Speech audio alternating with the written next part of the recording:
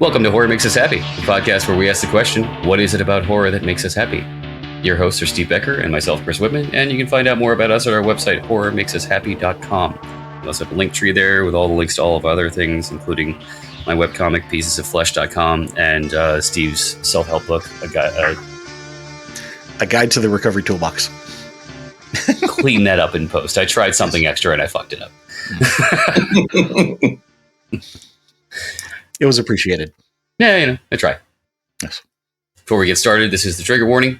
We are a horror podcast, so we talk about horror things. It's not guaranteed that we're going to talk about bad things, but we could talk about sensitive subjects such as child abuse, regular abuse, physical or emotional, SAR words, all the bad words.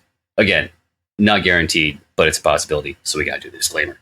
With the boring stuff out of the way, we also want to thank our Patreon supporters. Steve and I have both lived paycheck to paycheck, so we definitely appreciate how meaningful it can be to offer even $1 here or there. But that being said, Patreon does also offer a free tier, so even if you can't afford anything, do the liking and sharing and subscribing. That also helps too. Or write a review if you're feeling squirrely. That too. Steve, what do we got coming up? I know you're going to another convention, right? Yes, next week going to AuthorCon in Virginia, so I'll be there. And then the weekend after that, going to a place in Cleveland. Give me 1 second. I'll confirm the name so I don't screw that up. Cinema Wasteland. Oh. I think that's in Cleveland. Strongsville. Yeah. Other than that, every week we do 3 events on our Discord server. We have a watch party, a listen party, and a drawing party. So if you're looking for something to do on Saturday or Sunday nights, can come hang out with us for those. Yeah. But today we're talking to Mr. Vincent M. Ward, best known for his work on The Walking Dead, True Blood, and Devereaux. Welcome. Thank you for having me. Our pleasure. Thanks for joining us. Actually, before we get into the meat of the interview, want to let us know what you're currently working on? Man, I got a few things coming up, man. I was just on NCIS last week. Finally, I was going to say, your IMDb page, you got 100? Yeah, it was impressive. You were on all the TV shows. Yeah, man, I lied about all of them. Got to do what you got to do. Yeah, finally, Bosch Legacy is finally coming out. I'm really excited about that. It comes out this week. Week. Yeah, we shot it a year or so ago, and I think they was having problems on what network it was going to be on, but they finally got that together. Okay. What else? I'm on a series called Fire that's on the In the Black Network. Another film that we shot back in 2020 called Big Freaking Rat. Mm-hmm. Of course, it's a horror. It's funny, but it's supposed to be scary.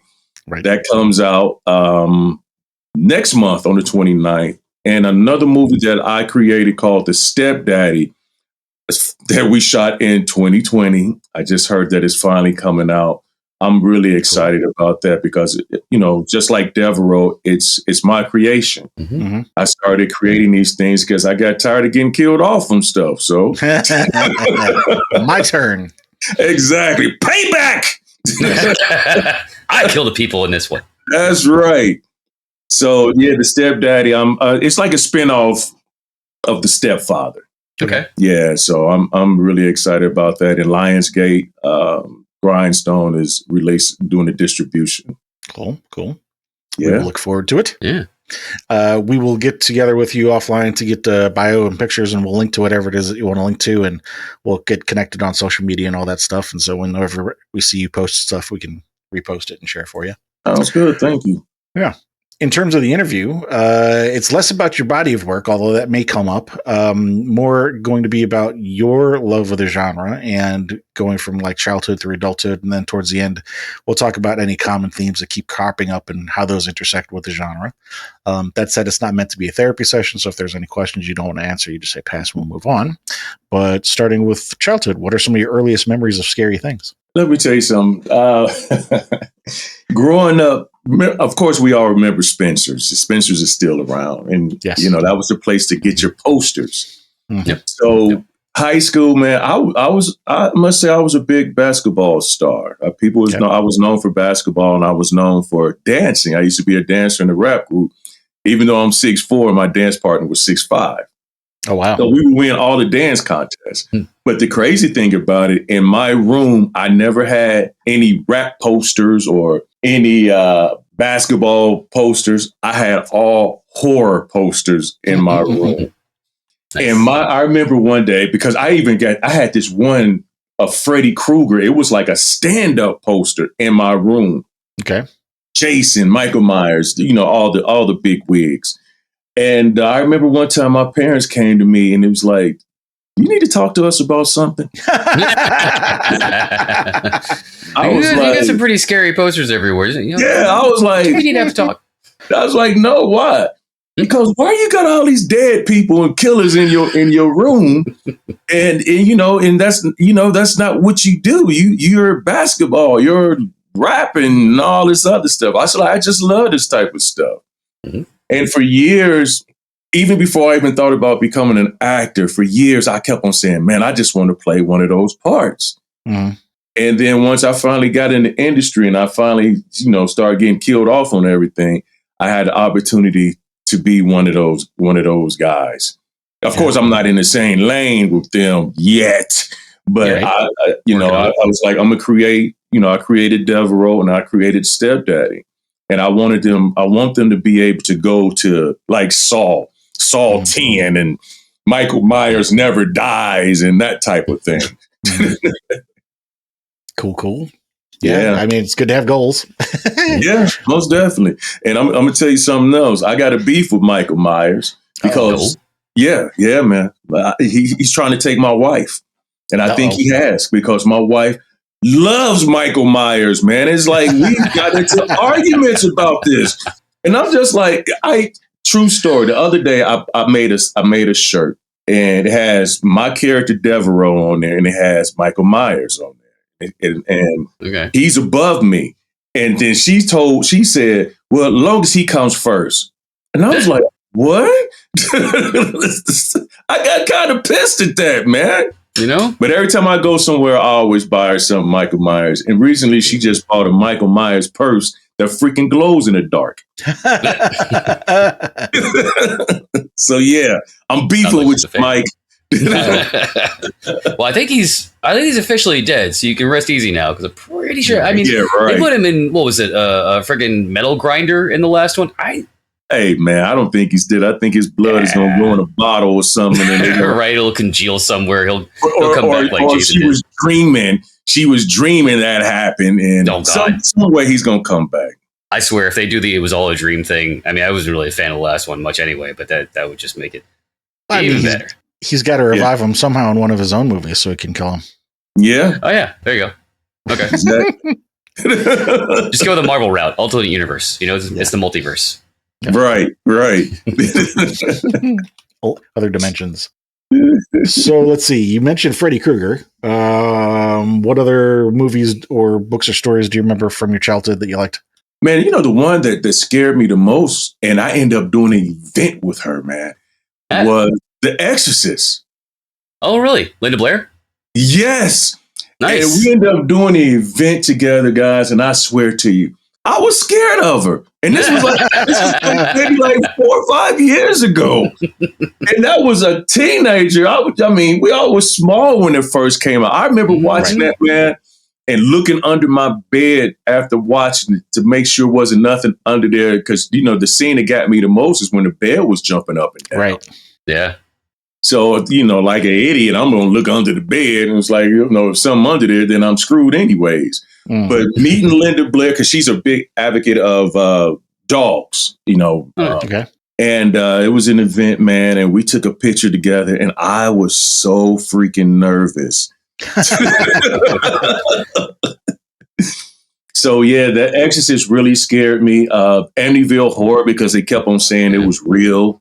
Yeah, right. Yeah, same thing with both of those films. The whole Blair Witch thing with I guess it was viral marketing before viral marketing was a thing, but they made it up to like it was real. So right. But I believe something like The Exorcist could happen. Because there's definitely evil spirits in the world and all types of stuff. Oh, what the hell? Sorry. Got the phone turned off and it came on the freaking computer. Somebody's trying to get hold of you. Yeah, it was my buddy Eric. I believe that type of stuff can really and truly come true. as far as like demons and exorcisms and all that type of stuff. So, I think that's the thing for me that really scares me the most. Okay. So I'm guessing same connection with Amityville then. Yeah. But for myself, with creating projects, I created a project called That House. And the reason why it's called That House, growing up, it was a house on our street that everybody was scared of. You riding your bike and, you go past that house and you go a little faster when you get towards that house. And I forgot another thing that I was working on. It kind of reminded me of The House and Amityville Horror. Is we're about to start filming a film called The Manor, and it's actually a vampire. It's a vampire movie, so it's all about vampires in this big mansion. Okay, cool. Yeah, vampires do love their mansions. Yeah, I mean, where else they gonna stay? In a box. In a box. No, that's the other option. So, given the choice between the two, I mean, it's a no-brainer. Mansion. Right. Yeah. Did you participate in Halloween as a kid? Oh my God, did I? And look here, when I was probably one of the first ones that thought about putting a speaker outside and scaring the kids nice. when they came to the house. And man, I would jump out of bushes. I would jump off the top of the house. I would do all kind of stuff to scare these kids. And it was fun, but it was innocent, It was fun and innocent, and we always gave out good candy, so they didn't mind. Right. And I remember one time, these guys, they used to call themselves the CCs. They were supposed to be in, I guess, a game, but they used to break dance. They never really got in a fight with anybody. Mm-hmm. And I remember I was out trick-or-treating, got a bag full of candy, took it home. And I have a sister, and she was little at that time. And I remember going back out, and I was like, "Mom, I'm gonna go out, and I'm gonna get Lily some candy, my sister." And I get, big bag of candy, and they snatched my candy, man. They snatched my bag, and I was so upset. And I remember going home, getting a baseball bat, and went out looking for them. And it's like 6 or 7 of them. They were older than me, but I didn't care because it was a baseball bat, right. I was looking for them for my sister. And I remember going skating. We're roller skating and they were there. And then they was like, "Yeah, we heard you was looking for us." And I was like, I wasn't scared, but I was stupid for the simple fact I was like, I was, because y'all took my sister's candy that I went and got for. Mm-hmm. And I remember a guy stepping in, was like, "Hey man, get a little dude, give him a pass." He was sticking up for his sister. Okay. And they gave me a pass, and time went on, and we got older, and now they always hit me up, telling me how proud they are of me, my career. Right. And some of them have passed away. So yeah. And plus, I ended up being a lot bigger than them too. So but that helps. 260, so it's just like, all right, shut your mouth. It's a nice story, though. You have your classic stereotypical bully situation, but I like the fact that they immediately pulled a 180 and kind of learned their lesson. Like, hey man, he's just looking up for his little sister. I don't know if they learned a lesson, but but they pass. One dude he wasn't with them though. That's the thing. He wasn't with them. He had just stepped in and saw what was going on. It was like, "Hey man, leave little dude alone." Yeah. So that's what happened with that. Did you have a favorite costume for Halloween when you were a kid? I think ours was kind of generic. It was just like the sheet over your head, and cut some holes in there for eyes. You're a ghost. It was nothing. It was nothing like big. It was just like little stupid stuff. Never know until you ask. Yeah, just throw on the mask and have your regular clothes on. Right. So based on what you said about your parents having that conversation with you, I'm guessing there was nobody else in the family who was a fan of horror. It was just you. It was pretty much just me. Okay. It was pretty much just me. I mean, you did remember this is like mid '80s, mid '90s type thing. So it wasn't. You didn't have if you had cable, you were doing something. Mm-hmm. You have to remember that too. Cable was considered like your family had money. Yeah. Yep. So I mean, thank God my mom was a nuclear medicine technologist and my dad worked for General Motors. Nice. So we had cable. Okay. Some of our guests have reported that there was a dividing line where before a certain event, they were afraid of horror movies. And then after a certain point, like it became enjoyment. Was it always enjoyment for you? Or was there a certain moment where you're like, okay, this is fun? And before that, it was scary. I think it was always been fun because me and my mom, we're still very close to this day. Mm-hmm. And we would go to, God, man, I can't believe I forgot the name of it. The things you go to during Halloween, not amusement park. Haunted house. Yeah. We would go to a lot of haunted houses. Mm-hmm. And we always had a good time. I think the only time I kind of got afraid is when it was like a maze. So you had to find your way out. It was like Jack Nicholson in The Shining. Right? Yeah, right. So that was the only time I probably was really scared of anything. But you're not a fan of escape rooms then? Nah.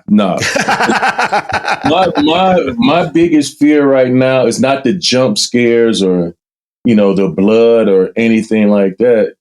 It's feeling trapped. Mm-hmm. Oh yeah. One of my biggest phobias is the whole being buried alive thing. Like I blame this on my parents because it was just like for years. I'm like, when I became an adult, I'm like, why am I feeling like this? Why am I having like a panic attack or why am I or when the seatbelt is too tight on you?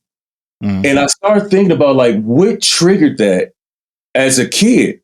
And I remember we used to go camping. And I used to always have to sleep in the top bunk. But, as I got older, I was getting a little, taller and I couldn't even put my knees up being in the top bunk.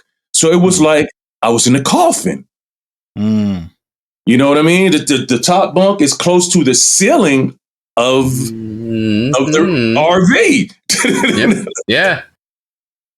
So I had a similar situation with a bunk bed where I would sleep on the bottom bunk and just looking up at the bottom of the top bunk. It's like, this is very coffin-esque and I don't like it. Yeah, man. To this very day, man, I remember a few years ago, I like to sit and I was on the plane. I like to sit on the window, by the window, because I'm always getting hit by, whatever, the aisle seat. And of course you hate the middle. Yeah. And it was one of those night flights. And I remember the person in front of me, his seat was damn near on my lap. I'm looking over to the person in the middle and the person in the aisle seat. I'm just like, oh boy. And I look up and I'm looking at the luggage thing and I just felt like I was trapped in there. And I'm like, I got to get up. I have to these people was knocked out. I said, look, I got to get up. I got to get up because I'm about to go nuts on there. And I just had to keep walking up and down the aisle, man. Get a little bit of air. And sometimes even in my own house, I kind of, if I'm sleeping, sometimes I'll flip out. I'm like, I got to get up. Flipping that around 180 degrees, has there ever been, or was there ever a time in your childhood when you felt exceptionally calm or safe or bliss? I've always felt that way. My parents, they made my home a safe place. Cool. And I feel so humble and I feel so honored and privileged to have the parents that I had because I never had to want for anything. I'm not sitting here saying that I was spoiled. It's different because I had chores. If I wanted to do something, I had chores, man. It was cutting grass. It was doing whatever. Right. And I'm to this very day, I appreciate them doing that because to this very day, man, with our home, I love cutting grass. I love cleaning.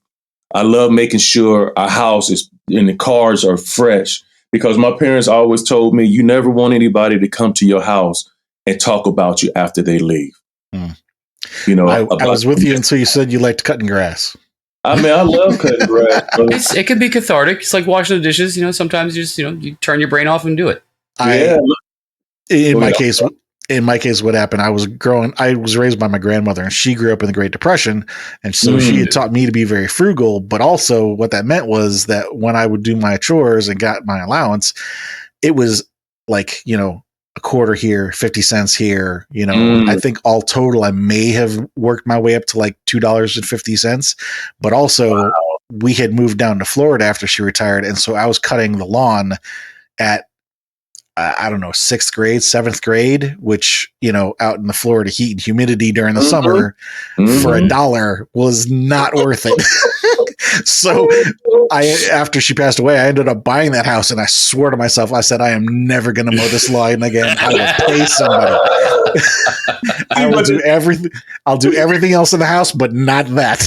Yeah. And the thing about it is the house that I grew up in, it was a nice sized house, and it was a nice sized yard, backyard and front yard.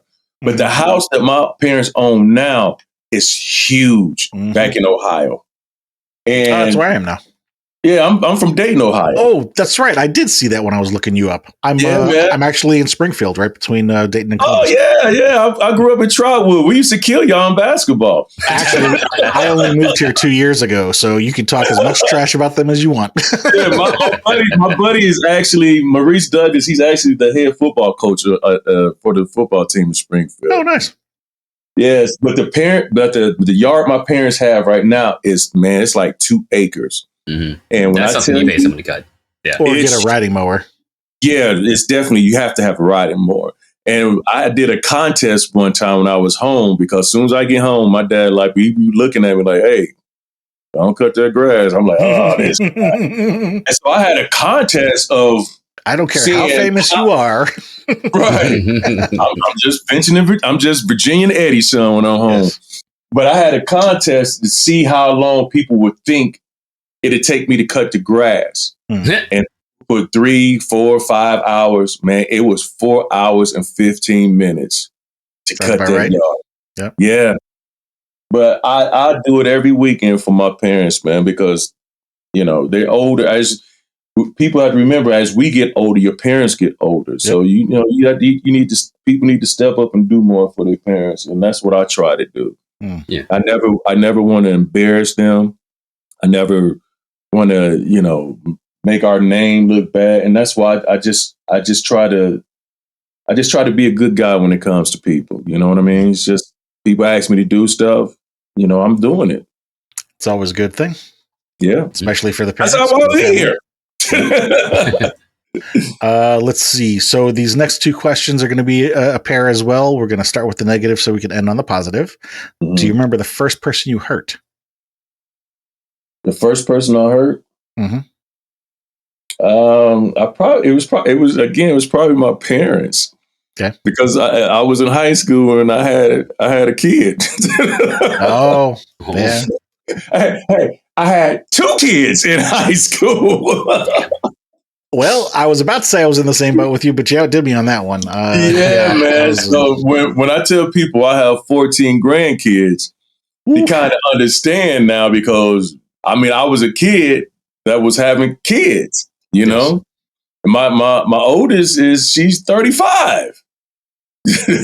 Wow. Yeah. So let's see, 92 to 22 would be 30. So he's 33, I think now.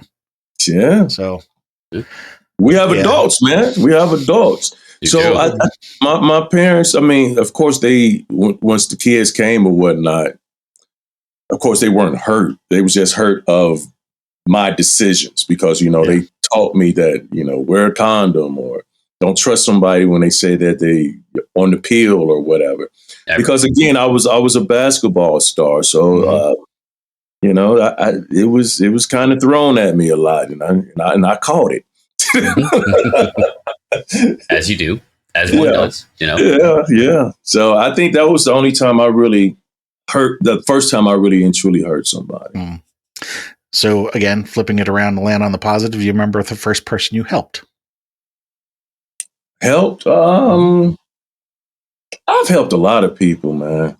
To this very day, when I go home, I still go to my old neighborhood and visit my old neighbors. Nice. It's a lot of my neighbors that I've done a lot for while I was growing up. If it was just taking their trash out or shovel their snow or cut their grass or whatever.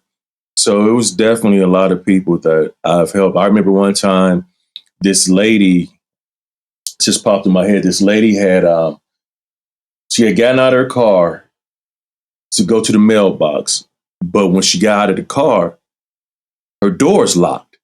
But the problem was she had a kid in there, and the kid was probably like maybe 4 or 5 years old, and they got right to the steering wheel. Uh-oh. And this was when the cars, you didn't really have to push on the brakes to put the car and to drive back. Yeah. And the car was facing this street called Olive Road, and it was a very, very busy road. And the kid was just playing with the steering wheel and playing with the gear stick. And the lady was like, help, somebody help me.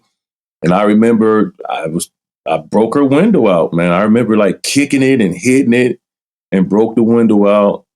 And I saved the day. Good. Again, do what you got to do. You know? Yeah. I didn't have my bat with me. Let's go back to some of the earlier movies that we talked about here for a minute. So you did mention that there was, both excitement and fear. It sounded like they were both kind of at the same time. Was there anything that actually like no enjoyment, just fear? I can tell you this. It was a part in the movie Devereaux, in my movie Devereaux, where I had to get in a casket. No. I had to get in the casket, and they already knew, you better hurry up because I'm not staying in this thing long. All right, we're doing 2 takes on this tops. But this is the funny thing about it. So I'm in there because it's one of those old school coffins where you just slide the top on, right? Mm-hmm. So they slid it on. Then all of a sudden, I start hearing knocking. Somebody is freaking hammering. And I'm like, what the hell is going on? Right? Like, that is not what you want to hear when you put it inside a wooden car. Are you nailing this shut? What are you doing? Yeah, exactly. So before they could say action, I had already bust out of the damn coffin. Nope. And they was like, what are you doing? I said, what are you doing? Why are y'all hammering while I'm in here? And the director didn't even realize. He's like, who's hammering? Who's hammering? And they was like, we was just trying to fix the bottom. And he's like, no, don't worry about that. And he was like, I'm sorry, man. We didn't know that somebody was hammering. And so I got back in there, man. As soon as I heard action, man, I knocked that top off. It damn near went to the sky. Sounds like they prepped you. Man, I had to get the hell out of there, brother. It was one of them old wooden coffins. It's like, this is it. Mm-hmm. Won. Well, in a way, it was better than the ones that had the hinges because, those don't want to come off.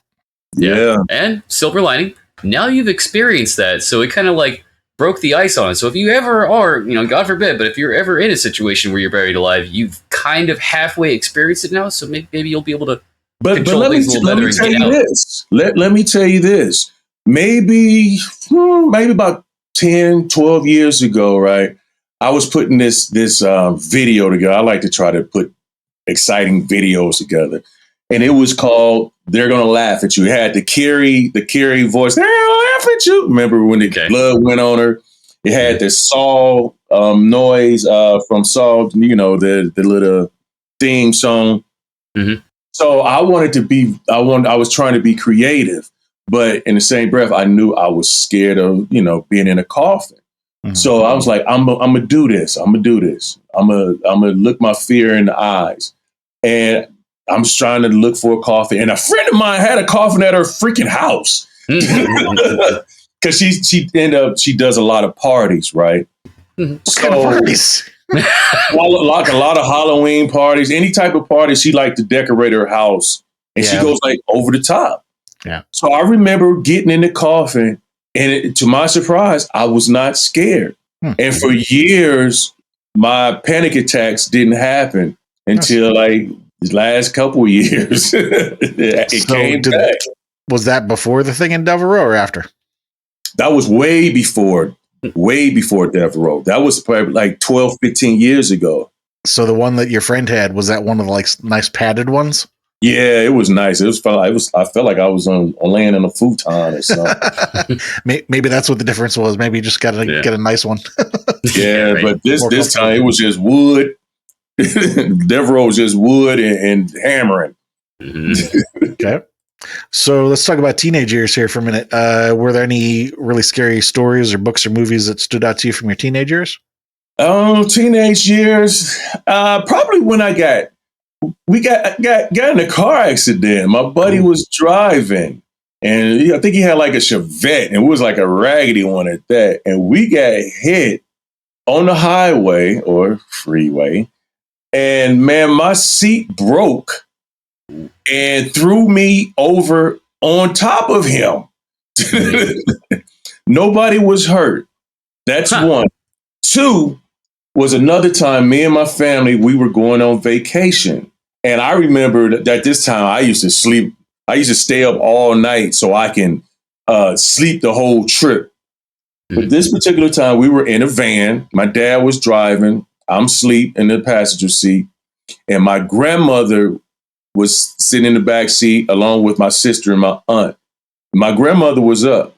She's the only one up. My dad had fell asleep while he was driving. Oh, no. And we were in the middle of I-75 in the grass part. Oh, God. So my grandmother is screaming. He wakes up. He's frantic. All types of stuff. If it wasn't for her, we would have died, man. Yeah. And so, of course, he's so shaken up. Who has to drive after they've been up all night? You.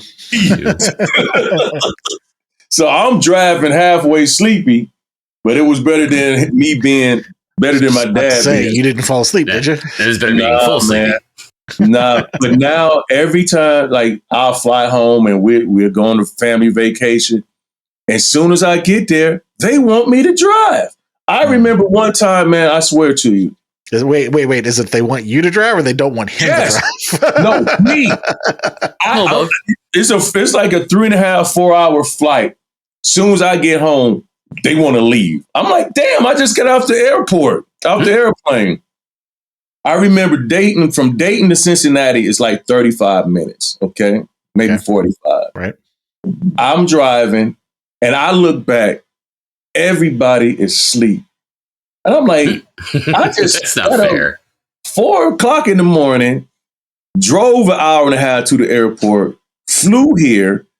Now I got to drive and everybody's asleep. But I don't mind, man. I just know I'm going to get them there safe. Yeah, it's family. Yeah, that's family, man. Still, though, yeah, I totally understand that. You look back and everyone's asleep. Let's see. I think I already asked horror movies that stood out to you in your teens. Anything jump out to you? Yeah, it was The Exorcist. Oh, yeah, I thought that was from childhood. Okay. Well, I mean, what? Yeah, well, I mean, childhood, teen, I consider them the same thing. Because I didn't watch any scary movies when I was like young. Ah, okay. So I'm thinking like from 12 to 16, I guess. Okay. Mm-hmm. In your teens, any time where you felt completely calm or safe or bliss? Just when I was home. Okay. Just when I was home. Because my parents made our home a safe place. So nice. That's a good thing. Yeah. And on the basketball court, I felt like that was my home. It was like hearing your name and showing off, and I was just growing up. I never thought about being an actor, but I always had the entertainment blood in me, and also, I mentioned that I was a dancer in a rap group. So we used to open up shows for like MC Hammer and Public Enemy and Salt and Pepper. So we were always the opening act. Mm-hmm. So, there ain't hardly nobody at the arena yet because it's the opening act. Right. But that's no pressure. No, no whatsoever. And plus, I used to love it. Dancing and basketball was my first two loves. And even though, like, when I did my very first play in Columbus, Ohio, even though I had never acted, I always, again, had the entertainment blood in me. And I never was like, my whole attitude was, I'm not going to be the weak link. So I would practice and practice and practice. And I became an actor after being fired from General Motors and Champ Sports. I never thought about being an actor. I just actually went to a play one day and watched the play. I had never seen a play in my life, and I fell in love with acting that day. And it was at Living the Dream Theater in Columbus, Ohio, like 25, maybe 20 seat theater. Huh. Was that when you were a teen or already an adult? No, I was an adult. Okay. Yeah, so you didn't have to go through the whole like acting class or drama school in high school. You just kind of... No, I've never taken any classes, man. I tell people all the time, if you can do a play, you can do anything because it's straight up action. There's no cut. If you mess up, you better know how to play it off. Right? There's no fixing in post with plays. Nah, man. Matter of fact, it's just this guy named Chikarius Johnson that I do a lot of his plays with. We did a play called Redemption of a Dog starring Snoop Dogg and Eric Benet and Tamar Braxton and Omar Gooding. And then I was in another play with him called New Jack City. Remember the movie New Jack City? Yep. Yeah, they did a play of that? Yeah, so we were on tour for like 2 years, man. No shit. And when you come to the play, it was exactly like the movie. The guy who played G Money, Alan Payne, he was in the play. Tretch from Naughty by Nature was Nino Brown. Gary Dordain, he played Ice-T's part. I played Dutta Man, the stuttering guy. Okay. And the reason why I'm bringing up the plays is because I just got a text this morning. They have another play going on that they've been doing called Jason's Lyric. It was a movie also with Alan Payne and Tretch. And so they just asked me today if I can step in next Friday. And they're already playing for 2 months. I'm like, what? Give me a minute. Yeah. How about a script? Right. I saw the play, but I ain't got the lines memorized. So I might be filling in for Tretch for a little bit. All right. Do you remember? Nice. You can make it up as you go along. Yeah. Okay. Right. But you know what? The thing about it is when it's a play and it's based off of a movie, the audience knows lines. Yes, exactly. Oh, okay. I was gonna make that joke. I was gonna make that joke that the audience wouldn't know, but in this case, they would. So they would know. Yeah. When we did New Jack City, man, they knew all the freaking lines. And we're talking about 3,000 to 5,000 seat theaters, not no Living the Dream theater with 20 seats anymore. We're talking about 3,000 to 5,000 shows on Thursday, Friday, 2 on Saturday, and possibly 2 on Sunday type show. Do you remember the name of that first play that you went to? Yeah. It's called Hughes and Blues, Lifestyles of Langston Hughes. And I played a character named The Lover Man. Okay. Well, wait a minute. That's your first role, but what was you said you went to see a play and that's how you got into... Oh, the first play that I saw with them, it was the same play company. So what happened was, this is how it went about. So after the play, it was called Black Man Rising. Okay. And after the play, I went and I was so amazed. It was a 3-man play. I was so amazed by the actors. So I waited afterwards and I spoke to them. And, I was just, giving them their props. And they was like, man, you should audition. I was like, really? It's an audition. I didn't even know what just lose my job. Was. I should. Yeah. So I ended up, they say audition is like, like you're doing an interview. So I auditioned and I joined that play company. Okay. And so my first play with them was called Hughes and Blues, The Lifestyles of Langston Hughes. My character was called Mr. Loverman. Okay. And so Mr. Loverman was pretty much this suave guy that was like, that the women like. It was like poetry kind of. And so I was like, oh, I can easily do that. That's at that time, I feel like, oh, that's me. You know what I mean? Right. So yeah. And I started doing more and more plays in Columbus. And then my first movie role was in a movie called an independent film called A Symbol of Love, which I ended up getting the lead role for.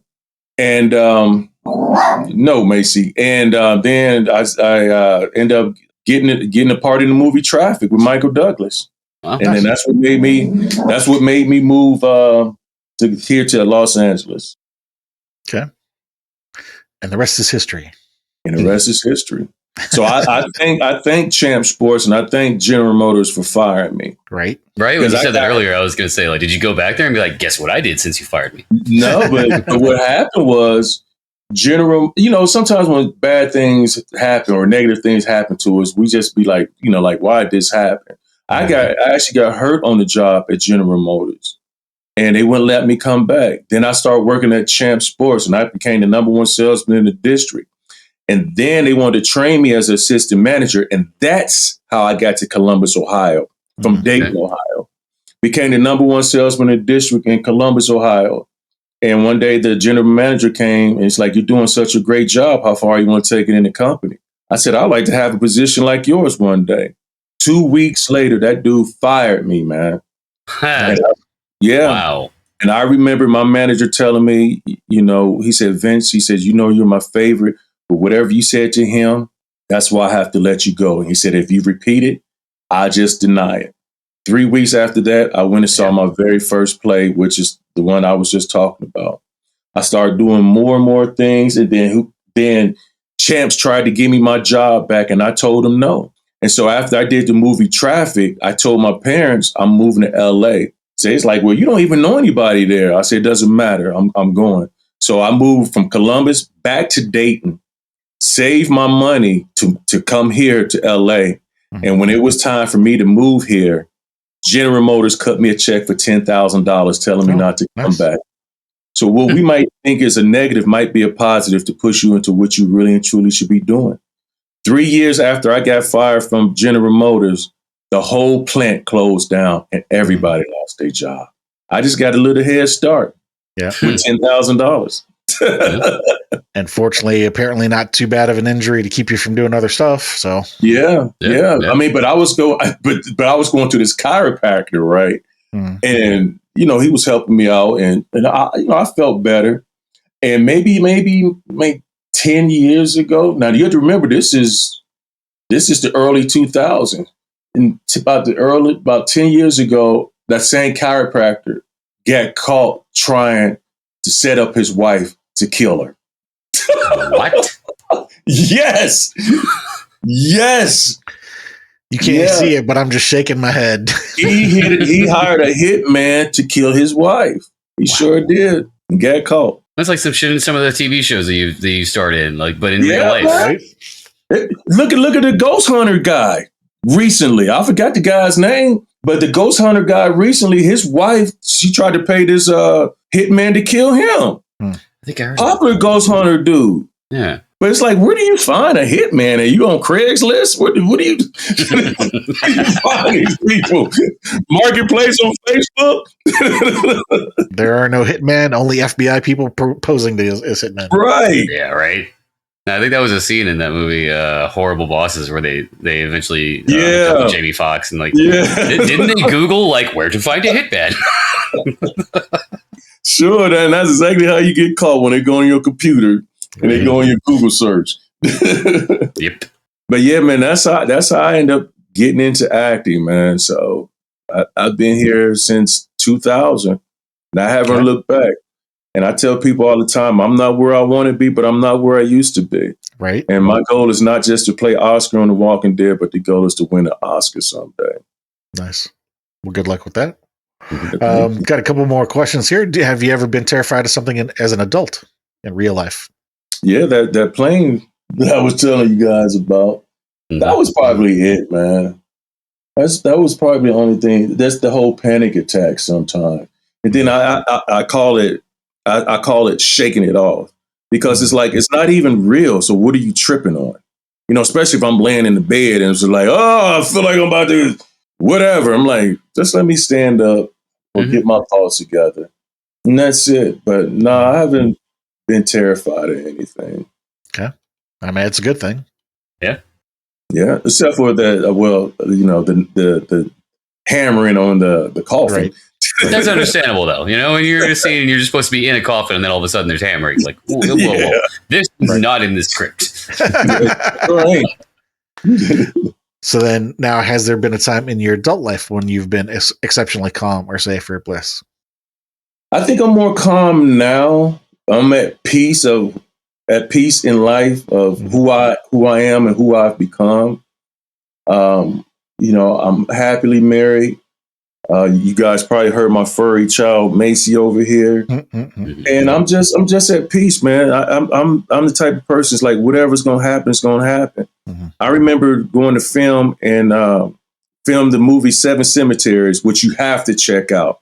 Seven Cemeteries with Danny Trejo, and I remember flying to Oklahoma. Man, it was the worst turbulence ever that I've been on a plane. And I remember sitting there and people were screaming and hollering and crying because it was like one of them zoom, zoom. That's how I felt like the plane was going up and down, up and down. Like we were going to crash. And I remember sitting there and I remember just smiling to myself. And I just said, Lord, if this is what it's going to be, then this is what it's going to be. Yeah, sometimes you just got to do that. It's like, flying kind of terrifies me, and I had a chance to go skydiving with a friend. I chickened out at the last minute. Hell no. I do not like heights. But yeah, when you're up in the plane and you start to get crazy turbulence like that, like you're saying, like where the dip and the raise is like, several feet, you can feel it. Yeah. But you just kind of got to think to yourself like, well, it's a plane crash. If I'm going to go, I'm going to go. There's really not much of a chance of me surviving this. So just accept your fate. Like and I even thought about like, hey, if it does happen, maybe I'll be the one to survive. Yeah, maybe. That too. Doubtful, but Yeah, so it's, either something that's out of your control and you're going to die, or good news, you survived. So either way, yeah. I was the only believer on the plane. Yeah. So, yeah. There's a flow chart that I've seen that I liked that says, do you have a problem? No, then don't worry. Do you have a problem? And then the other side of it is, yes. Can you do something about it? Yes. Don't worry. No, don't worry. Like, none of the paths lead to worrying. So what's the point? Yeah, it's just like, when you get an exit row seat on the plane, they want you to pay for it. But if something happened to the plane, they want you to work for them. Are you able to do this? Yes, I'm able to be the first one off this damn plane and tell y'all to hurry the hell up. Right? Able to? Yeah. Don't ask you if you're willing to. Well, actually, I think they do ask you if you're willing to. Yeah, they ask that. Yeah. Willing and able. Yes. Yeah. Do you remember the last person you hurt? I think I've hurt people, but not on purpose. You know what I mean? You can nowadays you can tell somebody no, and they're hurt, right? And then all of a sudden you see stuff on the internet about you, and you know what I mean. So it's unintentional works too. Like for instance, my reference for first person I hurt was some little girl that I accidentally fell on when I was in preschool. So accidents count too. I'm not the type of person to try to hurt anybody on purpose. But if I feel a certain way about something that you might have said or done, then I'm gonna tell you about it. And if you hurt, then you just hurt. Right. But I don't really get a kick out on trying to hurt anybody. Yeah. I'm a big dude, but I'm a big softy too. So yeah. Do you remember the last person you helped? Yeah, I did. It was a couple of days ago. This lady, I was at the grocery store, and this old lady, she had put all her stuff out there. They were, scanning her stuff, and she couldn't afford her laundry detergent. And, I remember seeing her give them $100 bills, but $100 bill, and they was like, all right, we'll just take this off. And she's old, and she probably really needed it. So I was like, how much is that? And they told me, I was like, I'll take care of it. Isn't it messed up that she gave him $100 bill and that still wasn't enough? She had a lot of stuff up there, though. She had a lot of stuff, but she was $14 short. And I took care of it. Okay. And you guys are the first people I told that to. I didn't even tell my wife. Not that she would have cared or anything, but, sometimes it's just like, I believe in doing stuff from the heart, and whatever you do from the heart, that's what you do. You don't do it to brag or boast about it. No. But I you asked the question, so I told. Mm-hmm. But yeah, that was a couple of days ago. Okay. The next two questions I'm going to ask are going to be over your entire life and not just about the horror genre. Okay. What movie would you say you've watched more times than any other? Probably Shawshank. Okay. And that's because of the great acting. Mm-hmm. Great acting with everybody on there. So Shawshank Redemption. Okay. Yeah. Se Guantanejo. Huh? Se Guantanejo. Yep. Would you say that's your favorite movie, or is there a different movie that you would say is your favorite? I wouldn't say it was my favorite movie. I'd say because it comes on so much. Right. Yeah, that's it. It is a popular one. Yeah, and I'm the type of person who's like, all right, I'm going through all these movies. I'm just all right. I'm familiar. At least you'll like that one. Yeah. Right. So, or I put a movie on just to fall asleep on it. Yep. Put the timer on and just fall asleep on it. But yeah, Shawshank. Okay. Is there a movie that you would consider to be your favorite? What's the first one that comes to mind? I always think about movies like, and I have to get out of the habit of doing this. Why didn't I get the audition for it? Yeah. Why did I get the audition for this? Why can't I audition for at least that part right there? So, I don't think I really have a favorite. And maybe like it might be a movie that happened before that I wasn't even acting. I wasn't even acting at that time. So I just I believe in, now that I've started creating my own stuff and producing or whatnot, I try not to let the words come out. Oh, this movie, or not the word. Yeah. But, this movie sucked, or right. This movie was this, or this movie was that. Because now when what you start into it, stuff, how hard it is. Yep. Get people to get in there and be on time and have their stuff together. It's the reasons why choices are made. Sometimes there's a reason why you can't do this or do that. Yeah. The budget wasn't there. Or even like, you hear people or the weather online, sometimes. Yeah. You hear people online criticizing NBA players or NFL players. I'm like, these people followed their dreams. What are you doing? Mm-hmm. I mean, what have you done, for you to be able to sit up here and try to dog these people out or talk crazy about LeBron and his son? His son's only on the team because of him. So what? So the hell what? Who cares? People do it all the freaking time. Mm-hmm.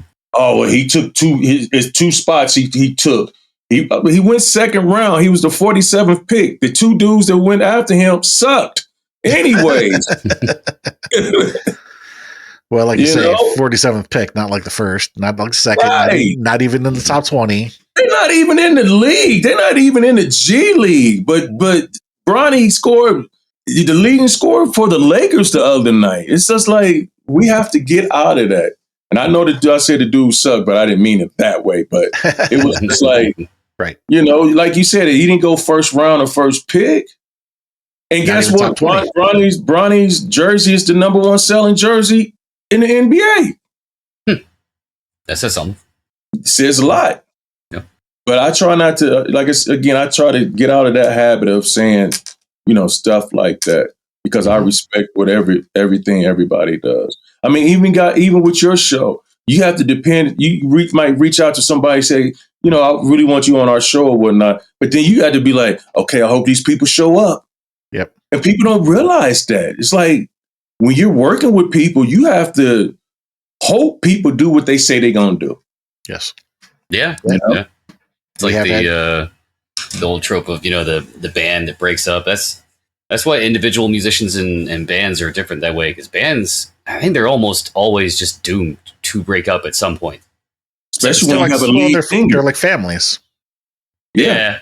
Especially when you have a lead singer. The lead singer be the first one to go, and you be like, oh, hell, what we going to do now? Yeah, usually because they got the most attitude.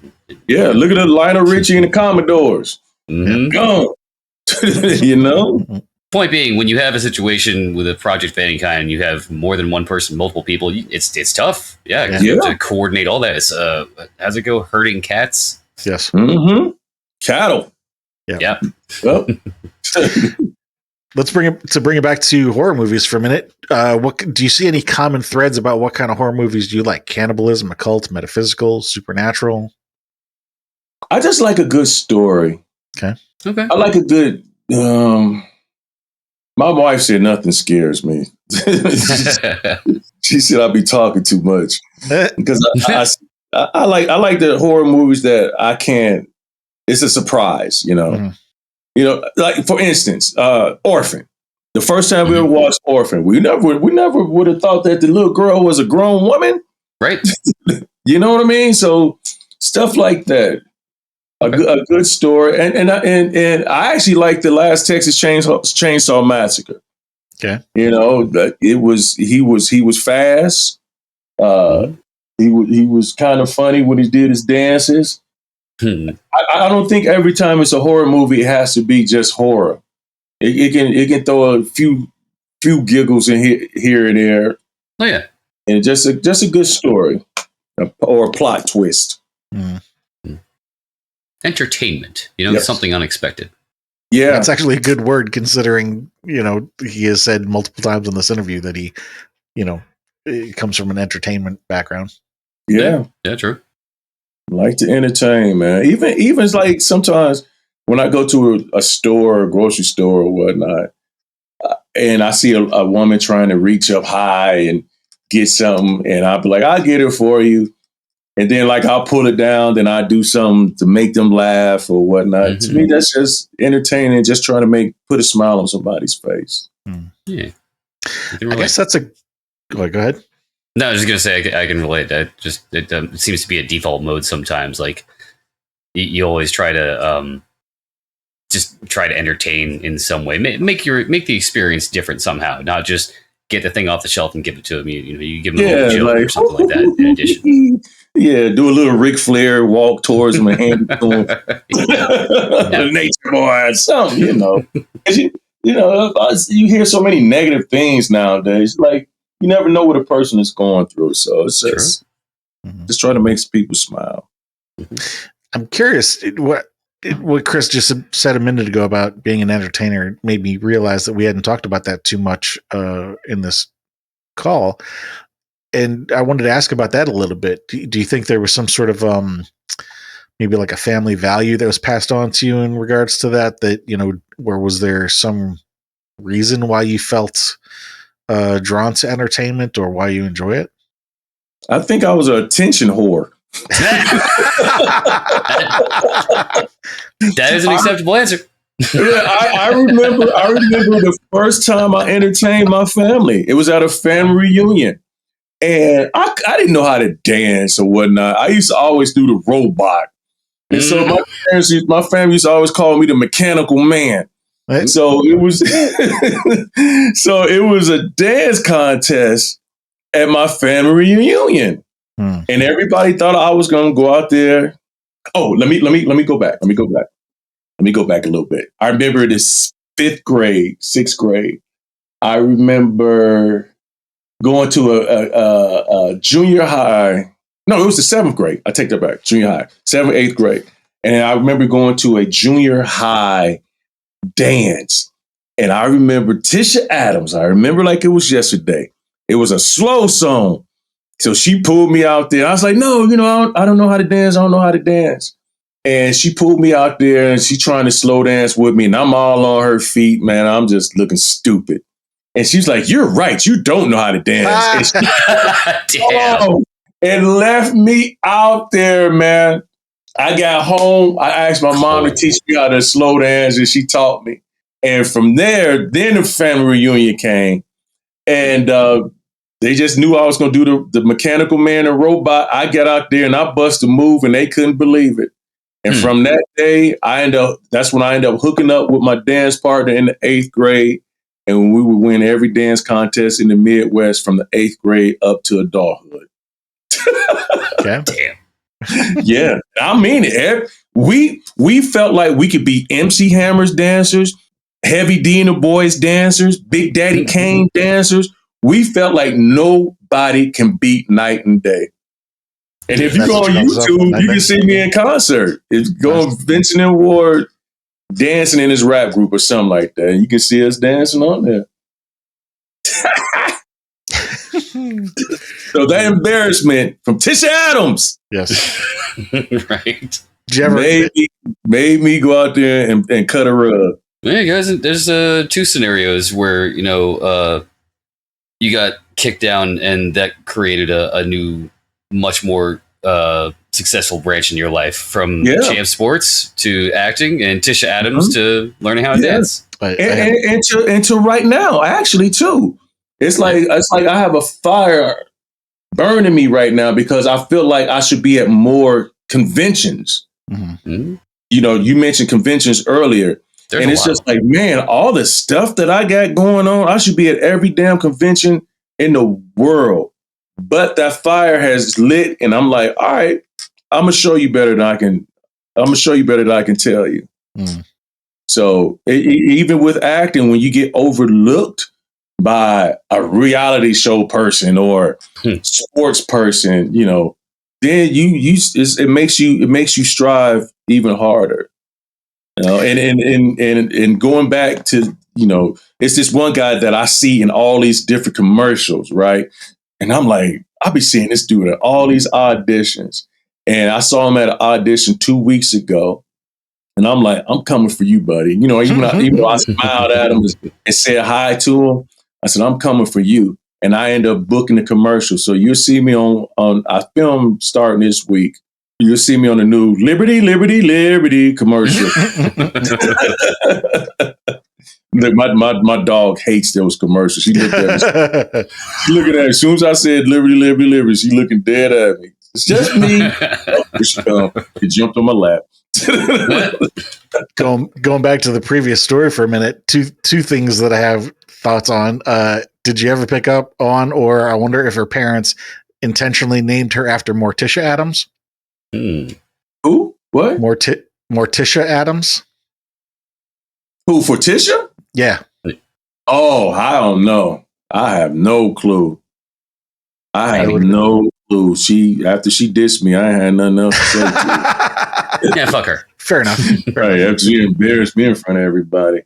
The other thing I would say is we like to pull excerpts from the interviews. I'll have to see if I can find Scoop and Scrap on social media and tag them. Yeah. Matter of fact, true story. I just talked to Big Daddy Kane maybe 4 days ago. Oh, no shit. The movie, The Manor. The Manor is I'm one of the producers on there, and I reached out to him. Okay. To be in the movie. Because he was actually in New Jack City with me also. I didn't mention his name, but he was in a New Jack City play, and that's how we became cool. Nice. We actually just watched a little clip of an interview of him last night. I was sharing some stuff with Chris on old school stuff. Yeah, I was gonna say you would have loved the conversation we were having last night. We just delved into old school 80s hip hop. It was Big Daddy Kane, Master Ace. Yeah, one of the nicest guys you ever want to meet, man. Yeah, and because he lives in North Carolina now, and our last play was for New Jack City before he decided that he wanted to go do something else.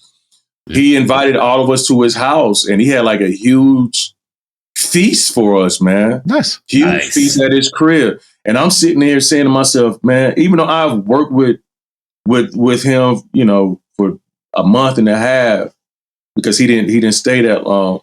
I'm like, I'm at freaking Big Daddy Kane's house. Right. One of those moments where you just gotta sit there for a moment, like, oh, Big Daddy. And then that's how I was with Snoop when we did Redemption of a Dog. I'm like, man, I'm freaking hanging out with Snoop. Mm-hmm. Yep. Yeah. So, I like that. I like when people that you looked up to or respected over the years respect you the same way. Yeah. You never know who's been watching you or seeing you and stuff. I remember meeting Ric Flair at one of the conventions, and he was like, "Yeah, man, I love your work on The Walking Dead." And I'm like, "What?" Woo! That was the only response to something like that. You know? Man, I couldn't believe it. But I ended up becoming friends with a lot of wrestlers. Rikishi, Guerrero. Mm-hmm. Who else? You know, I got a few of these guys in my phone. Couple Michael Myers. Nice. More than one. Sure, the wife likes that. Kane Holder and all of them. So, you know, guys that I've watched my life and been over, you know, growing up and watching them. It's just like the movie Death House. Mm. I don't know if you guys ever seen Death House, but it got every horror legend. Yeah, I remember that one. there. Death House was the one where they have like all the horror icons, and they're in This warehouse. Mm-hmm. Matter of fact, I'm looking at the poster right now. You got Bill Mosley, Tony Todd, B. Wallace, Vernon Wells, Kane Holder. Adrian Barbeau, Michael Berryman. You know, it's like a whole bunch of people. Gunnar Hansen. Yeah, it was basically the Expendables, but horror icons. Right? Yeah, and my whole time I was there, I'm like, what the hell am I doing here? You've been in a few things at that point. Yeah. Oh man, but to see all these people, it's just like, whoa, hey, Miss Wallace. Yep. You know, it was that type of thing. There's also the nice thing about social media when it first started off was that a lot of people were a lot more accessible than they are today, because over time, as more and more people have gotten onto social media, you know, how can I say this? When somebody's only got like 10,000 people that they're connected to on social media, it's easier to get in touch with them. But then when they get, 10 million followers, it's lost in the noise. So there are a couple of different people that I managed to talk to that were, some of my favorite rappers back in the day, and just have a little side chat with them. But now it's like impossible. Like, we'd love to get Redman on the show because I hear he's a horror fan, but good luck getting in touch with him, Cool. So Tretch is too. Tretch is cool as hell, man. Cool. Tretch from Naughty by Nature. I mean, man, I did not know that. Oh yeah. Tretch loves horror too. we might have to have a side conversation after the end of this. Yeah, you contact him, tell him what Vincent and Ward, Dutta Man said, that you was into horror. So absolutely. Yeah, we'll do that. Well, so this would be the point where we would kind of give you a summary of the topics that we keep hearing cropping up during the call, and maybe then talk about how that intersects with the genre as a whole. I think really the main topic that keeps coming up again for you is control in a number of different ways. Talking about not liking feeling like you're trapped, the stuff about the coffin and the bunk bed and the plane ride. Mm-hmm. The attention horror part of it fits into that too, because when you're either dancing or rapping or performing or entertaining somebody, you have their attention and you're in control of something about that situation. You're the one in control of it. Yeah. You also mentioned in terms of like sports and stuff, the phrase, I'm not going to be the weak link. Mm-hmm. Yeah. The audition that you were going on, I'm coming for you. Like I'm the one in control of this situation. And so I guess where the next question I'd like to say is, do you think that there was something important about that topic that's important to you? I would say I'm a leader, but I'm more of a team player too. Okay. I'm never the type of person that makes it about me. I make it about us. Mm-hmm. But Okay, so I'm not gonna come down. If you're not giving your all, I'm not gonna come down to your level. I want you to come up to my level. Because I'm gonna give 110. And if you're giving 80, then that's on you. Mm-hmm. And it's just like when I did Redemption of a Dog with Snoop. It was his first time doing a play. Everybody knows Snoop. They don't know Vincent and Ward like that. So my thing was, just because he wasn't given, might not have been knowing what he was doing, I wasn't going to allow that to affect me. Right. Yeah. So if anything, I started teaching him, hey, man, you might not want to turn your back this way. You might want to try this. And I think he respected it. It wasn't like I was saying it as a know-it-all, but again, as a team player. Because I know he's, no matter, even though he hadn't done a lot of plays, I knew he was our leader. And he showed us outside or off the stage that he was the leader and that he was willing to take care of us because we took care of him. There's a difference between being a boss and being a leader. Yeah. Yeah. And an owner. Just because you're a boss or an owner don't mean you know what the hell you're doing. Right.